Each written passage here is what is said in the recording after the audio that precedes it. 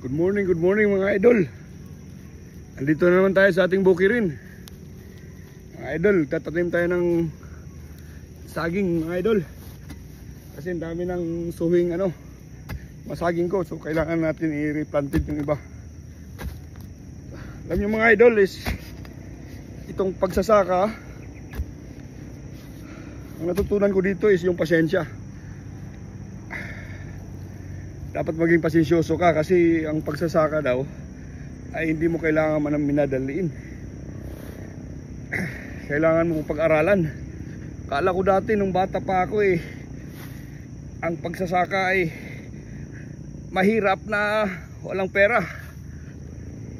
Pero pag sarili mo yung lupa at masipag ka siguro, magkakapera ka. So mga idol, so iniwan ko yung corporate world at nag-decide na ako dito na magsasaka na lang ako sa sarili kong lupain mga idol.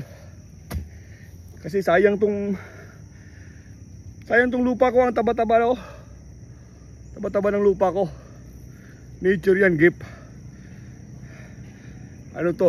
Palagay ko binigay ito ng Panginoon para sa akin. At pinagdasal ko lagi na, Lord, sana kung ito may binigay mo sa aking retirement job ko, ay mapalago ko itong lupang binigay mo sa akin. Kahit mahirapan ako at titiisin ko, bigyan mo ako ng mahabang pasyensya. At nag-i-enjoy naman ako. Ganun yun mga idol. Enjoyin mo lang kahit yung trabaho mo, mahirap man o madali. Magpakakatotoo ka lang. Exercise pa to. Ito yung saging mga idol. So ito, ilang pamilya to? 1, 2, 3, 4, 5. 5 na to sila. So ganito ang management ng saging.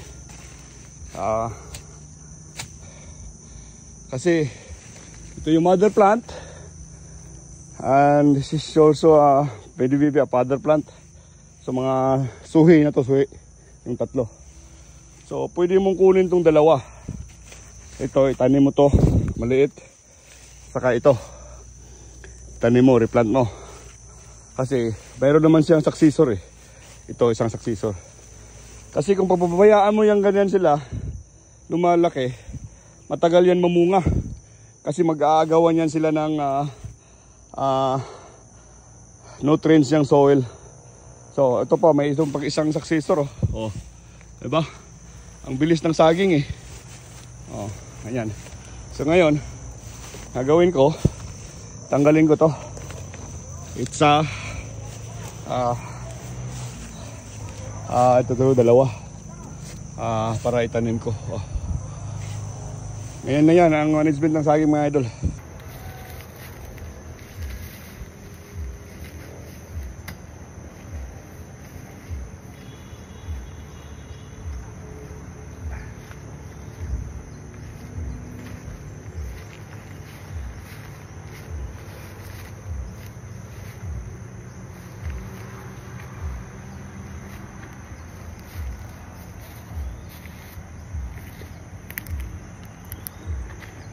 Ito yung pinakamagandang itanim mga idol na suhi o sucker na kinuha ko galing sa kanyang mother plant.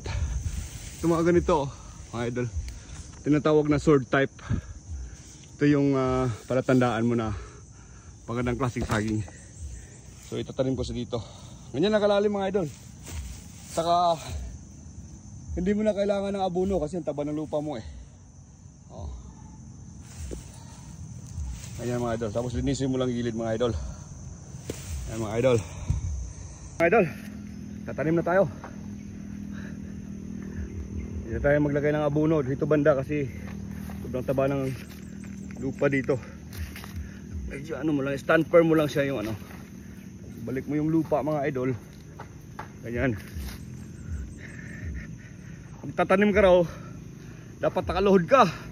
Kasi parang nananalangin ka na rin na sa itaas na para tubuin yung mga tanim mo o bubungahin. Kasi yung pag-farming is kasama dasal yan. So kailangan nakaluhod ka rin para ano, nanalangin ka. Yan mga idol. Wala na yan.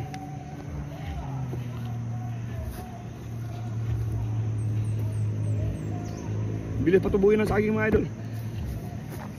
Isang taon. Umunga na. Punuhan natin ito mga up to 2 months.